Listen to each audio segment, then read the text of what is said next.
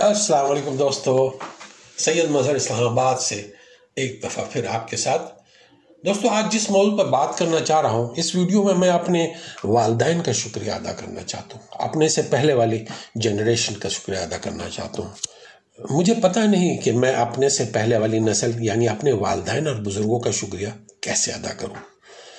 دوستو، مرد کے کپڑوں میں عورت کی صفائی دکھائی دیتی ہے، عورت کے لباس میں مرد کی مردانگی ظاہر ہوتی ہے اور لڑکیوں کے لباس میں ماں کے اخلاق نظر آتے ہیں۔ ہم محبت، رواداری، وفاداری، احترام اور تمام اعلیٰ اقدار پر پلی ہوئی نسل ہیں۔ دوستو، ہم ان مردوں اور عورتوں کے درمیان رہتے تھے جو پڑھنا لکھنا نہیں جانتے تھے، لیکن انہوں نے تعلقات اور احترام میں مہارت حاصل کی تھی۔ انہوں نے ادب نہیں پڑھا لیکن ہمیں ادب سکھایا۔ انہوں نے فطرت کے قوانین اور حیاتیات کا مطالعہ نہیں کیا تھا، لیکن انہوں نے ہمیں شائستگی کا فن سکھایا۔ انہوں نے رشتوں کی ایک بھی کتاب نہیں پڑھی لیکن اچھا سلوک اور احترام سکھایا۔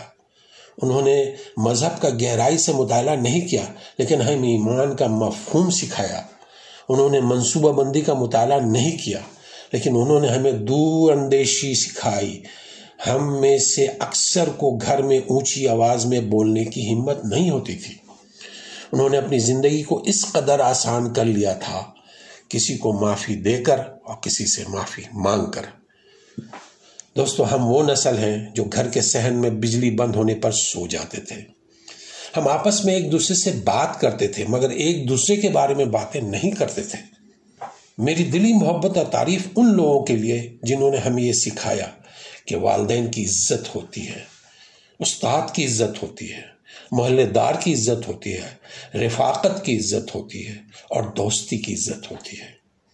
ہم اپنے پڑوسیوں کی عزت کرتے تھے اور بھائی اور دوست کے ساتھ اخراجات اور راز بانٹتے تھے۔